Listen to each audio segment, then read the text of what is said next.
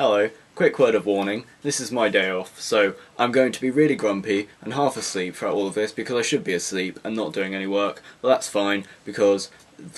Okay everyone, this is a video presentation on adverts and me analysing adverts and what make up adverts, and yeah, I've cut down analysing the adverts into 7 different categories because apparently if you just say, oh this advert's alright, that's not good enough to get a distinction. So, number 1 is form of the advert. This means whether the advert has a realist narrative, an anti-realist narrative, is a standalone advert, is part of a series, talking head, documentary, all of that stuff. Number 2 is style. Style pretty much means the genre of the advert, so if the advert's a comedy, or if it's a drama, or if it's a parody, or anything like that.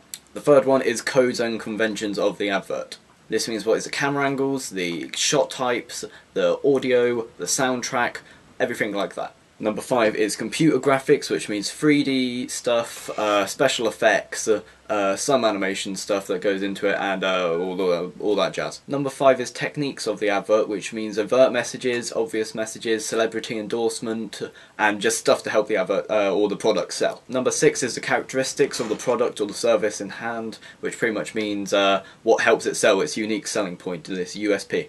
There's lifestyle appeal, brand identity, and all that sort of stuff. And then we have regulations of the advert. This means if the advert is suitable to go onto telly and if the ASA would approve of this advert. If there's anything wrong with it, then that will go under regulations.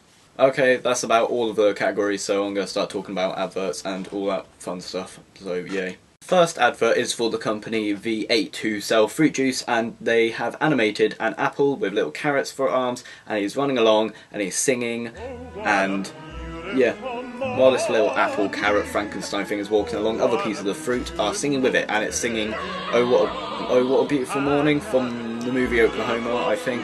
And then he's running off and having a really good time, holds on to some grapes, which are some balloons obviously, and then floats into the air. The balloons burst, he falls into a blender, and then they're like, yeah, this is some good smoothie. So the little man just sort of gets blended and pulverised, and yeah, it's beautiful, I know. Okay, the form of this advert is animation, because the only other way to achieve fruit dancing and singing like that is to take a lot of drugs and then pass out in a fruit bowl, and that's not advised. This advert is a standalone advert, which means that they didn't make it into a series of adverts with the same sort of narrative style, which is sort of upsetting for me because I kind of like the advert and it was sort of kind of fun to see a little like Granny Smith like Frankenstein thing get its like guts in a cup, which was kind of funny. The style of this advert is a comedy, sort of parody of the movie Oklahoma, because that's where the song's taken from, and is an anti-realist narrative. Anti-realist narrative means that it strays away from reality, the narrative line of it isn't real, which is sort of understandable because it's singing and dancing fruit. Codes and conventions for this advert are the animation and the 3D of the fruit moving, but also the soundtrack, because without the soundtrack you would just have some fruit dancing, which is a bit weird, but then you add it and it sort of a bit makes more sense, I guess. Computer graphics that would be necessary for this advert are the animation, because without the animation we just have a fruit bowl, whereas now we have a fruit bowl that's joined a glee club, and that's so much better. Techniques used throughout this advert are emotional responses towards the main character. Although everyone feels bad for the little character, Apple, who gets blended at the end, you know that throughout the story he's had a good life, so he's sort of been happy, and that's what is its main selling product as well. Let's say they made the advert and all the fruit wasn't singing happy and dancing, and it was from like, let's say the rough ends of London, and the apple was all like beaten up and bruised, and the bananas were like selling their skin on street corners, and then they got all of the fruit and put it in a smoothie. Nobody would want to drink that. So opposed to that, they've got it and then have it all singing and dancing, and it makes it look really nice and happy and lovely.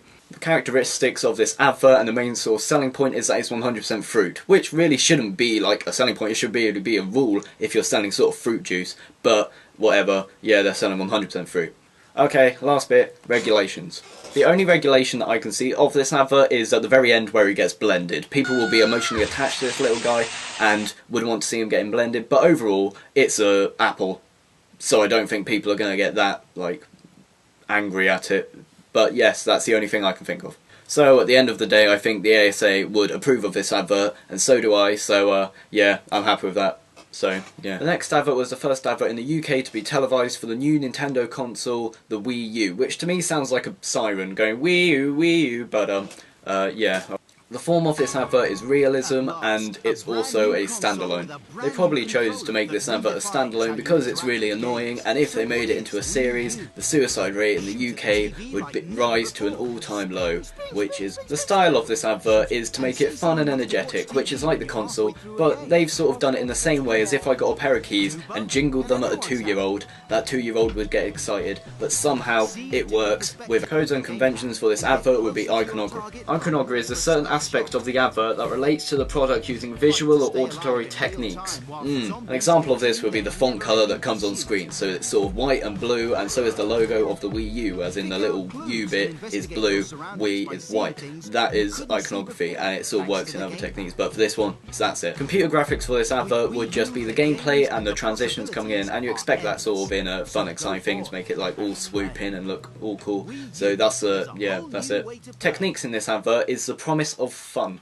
Buy this console and you'll have fun like these people, when the reality of it is you buy it and then you play it for about maybe 2 months and it goes into a cupboard, never to see the light of day again. Characteristics of this advert are its unique selling point of being like a console like no other, as in it's got like the little screen in the controller or something. I'll give it to Nintendo, it's sort of a good selling point, but then again I wouldn't buy it because I'm the sort of guy who would buy headphones for a deaf person. Not in the way that I'm like making fun of deaf people, just in the way that I'm really bad at buying stuff, so I probably wouldn't buy that. But that's kind of irrelevant, so anyway.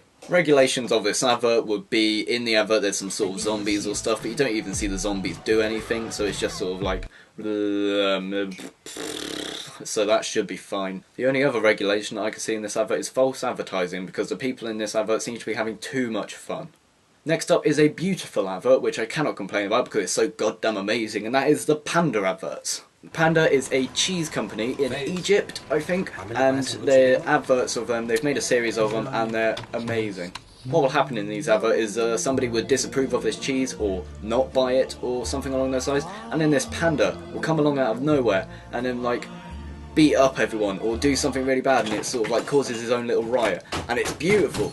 Also a song starts playing when the panda appears, and I think it's Buddy Holly, but it just makes it all the most better. Then at the end of the advert a slogan appears saying never say no to panda, and I love it. Pretty standard, I know. The form of this advert is anti-realist because, as you can probably guess, pandas don't really turn up out of anywhere and then start beating people up and having a one-man riot. If they do, it'd be a lot more cooler. And also this advert is a series. The style of this advert is humorous and surreal because I don't think a panda would ever start beating up somebody over cheese, but yeah, it's not realistic. Codes and conventions for this advert would be the soundtrack, as in the leitmotif of when the panda turns up and then the song starts playing, and then there's a sort of silence once he's sort of done everything. That would be the only convention I can think of. The silence after the song adds humour to the advert because it just makes you reflect on what the panda has done, which makes it all a lot funnier. There aren't any special effects in this advert or computer graphics because I think if you add that it would just make it a whole lot cheesier, no pun intended. I wouldn't say there's any special effects in the advert, and if there was it would be the panda itself, because that's obviously not a real panda, so they have to get a guy in a suit to... But if they did get a real panda to do it, that would be quite cool, and it wouldn't come under it, but sadly, it does. Techniques in the advert are mainly humour, which is obvious, but there's also sort of emotional response to the person that the panda has affected. The main emotional response to this would be towards the panda, that if you don't buy the cheese, it will beat you up. Characteristics of this advert are, if you don't buy the cheese, this will happen to you. Pretty brutal, right? Yes, but also hilarious, so it's fine.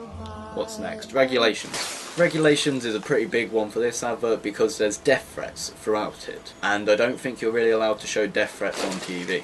They may be able to show a few of them where it's sort of a bit playful, but on the whole I don't think they'd be able to show the whole series. Oh, I love that advert. Okay, next advert. Okay, for this one I'm going to use as little words as possible, because if I start to get into this I'll get really annoyed and then start shouting, and that's not going to look cool, and everyone will think I'm just shouting in my room, which is really weird. This is that KFC advert where the guy's like, oh, this chicken is fresh, and oh, and it's just really annoying because it's so obvious that it isn't, but I'll get onto that topic later. This advert is a documentary, which means he should be telling the truth, but he obviously isn't, and he's just lying through our teeth through the TV, and it's hurting my face. This advert is a standalone, which is good, because if they made it into a series, everyone's TV would be on the street by now, because they all would have thrown it out the window. The style of this advert is factual and realism.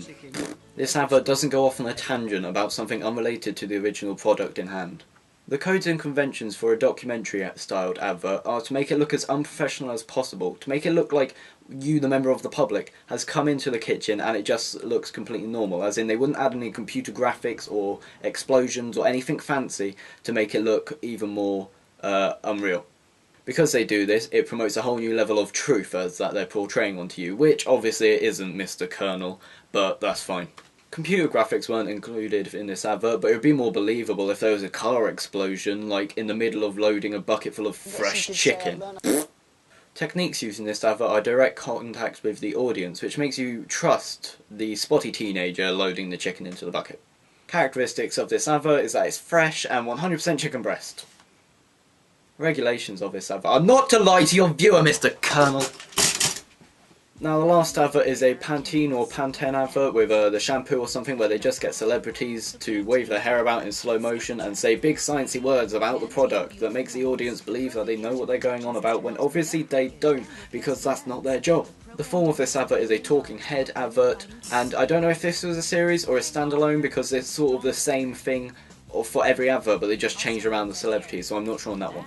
I think this is a standalone advert because they don't have the same celebrity, Zooey Deschanel, in other ones. The style of this advert is to sort of look dramatic and sort of like all very chic looking, and this is just to make the viewer think, I could be them if I use this product, when obviously it doesn't. But the main model throughout all of these adverts is talking to the viewer directly, so it's like a one-on-one sort of talking thing, as if like you're having a chat with a friend. This makes the advert a whole lot personal, which makes you feel emotionally attached to the person, which makes you want to go buy it. The codes and conventions for a talking head advert like this shampoo one is to get a good looking model and to have them wave their hair about in slow motion and say sciencey words, because that's what makes people buy shampoo. There is nothing else to it.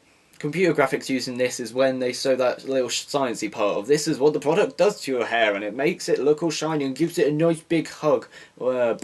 Techniques for this advert is slow motion when they're waving their hair, and iconography and celebrity endorsement.